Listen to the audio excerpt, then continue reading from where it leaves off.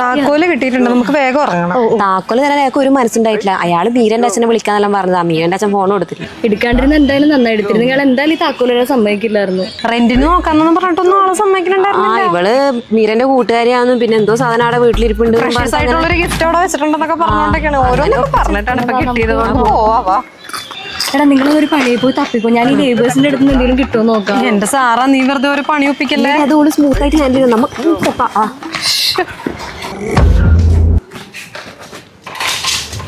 ഓ ഇതേനു ആ മീരന്റെ വീട്.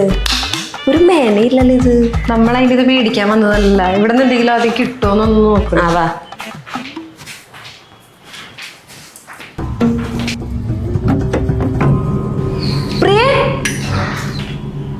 ചിലപ്പോ ഇതായിരിക്കുമോ സാറ പറഞ്ഞ തെളിവ്.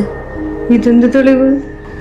അല്ല, എന്റെ ബലമായ സംശയം ഈ മരിച്ചുപോയ മീരക്കൊരു കാമുകനുണ്ടേനു. ആ കാമുകൻ കൊടുത്ത ഗിഫ്റ്റ് ഇത്. എന്നിട്ട് അല്ല അപ്പൊ നമുക്കൊരു തീരുമാനമായില്ലേ? എന്റെ അനു അല്ല വേണ്ടെങ്കിൽ കളഞ്ഞ പ്രശ്നം. അനു, കാര്യത്തിന്റെ സീരിയസ്നെസ് നിനക്ക് അറിയാവുന്നതാണ്. ചുമ്മാ തമാശകളെ വിട്ടിട്ട് ഇവിടെ എന്തെങ്കിലും കാര്യമുള്ള കാര്യങ്ങൾ കിട്ടുമെന്ന് നോക്ക്. ഞാൻ ഇവിടെ നോക്ക്, ഞാൻ അങ്ങോട്ട് നോക്കാം. ഇത് മൊത്തം പൊടി പിടിച്ച് കിടക്കുന്നവരാ.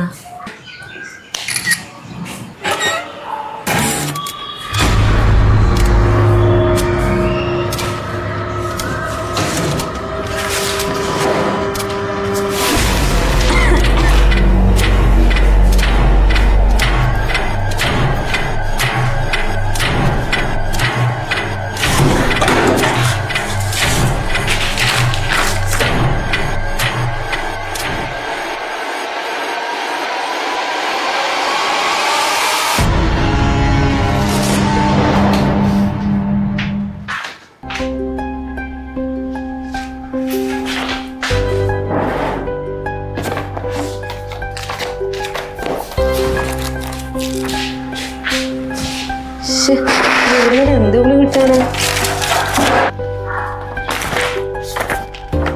ചേർമയുള്ള താക്കോൽ കൂട്ടം കീഴും